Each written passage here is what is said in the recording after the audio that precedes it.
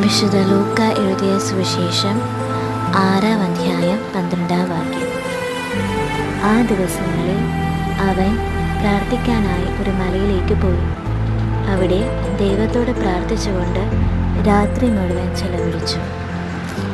പ്രാർത്ഥിക്കാനായി ഏകാന്തമായ ഒരു സ്ഥലം തിരഞ്ഞെടുക്കുന്ന യേശു അവിടെ രാത്രി മുഴുവൻ തൻ്റെ പിതാവിനോട് സംസാരിച്ചുകൊണ്ട് പ്രാർത്ഥനയിൽ ചെലവഴിക്കുന്ന യേശു നമുക്ക് കാണിച്ചു തരുന്ന വലിയൊരു മാതൃകയാണ്. അവിടുത്തെ ആഴമേറിയ പ്രാർത്ഥനാ ജീവിതം. പ്രാർത്ഥന യേശുവിന് പിതാവുമായുള്ള ബന്ധമായിരുന്നു. ആ ബന്ധം നമ്മുടെ ജീവിതത്തിലും ആഴപ്പെടുത്തുവാൻ നമുക്ക് പരിശ്രമിക്കാം.